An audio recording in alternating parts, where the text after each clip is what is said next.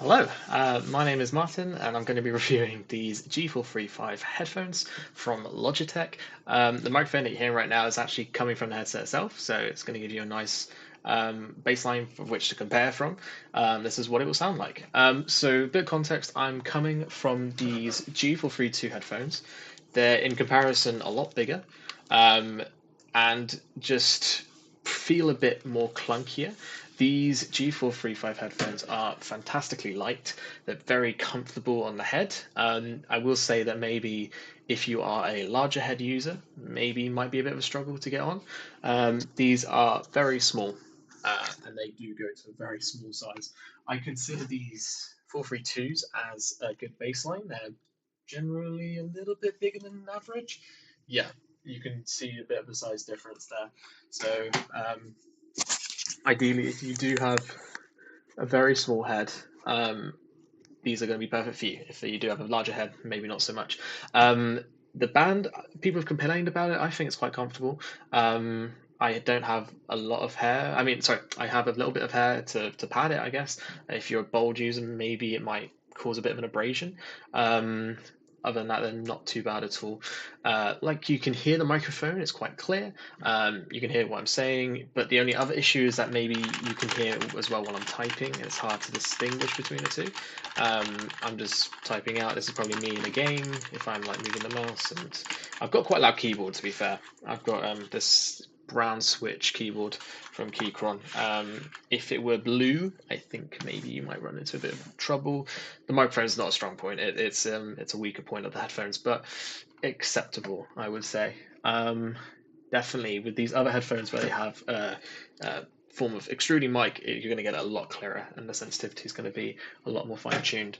The sound itself is fantastic. The bass is brill. I can hear very clearly. The fidelity in the music is ideal if I'm listening to music.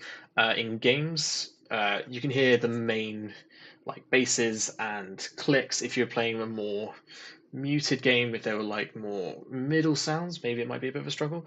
But I think these are very, very decent. The lack of G Hub support and equalization is a bit of a killer for me. I have been debating whether to return these simply based on that fact. G Hub is a great piece of kit for equalizing your headphones, and without it, I mean, I hope support comes in the future for them.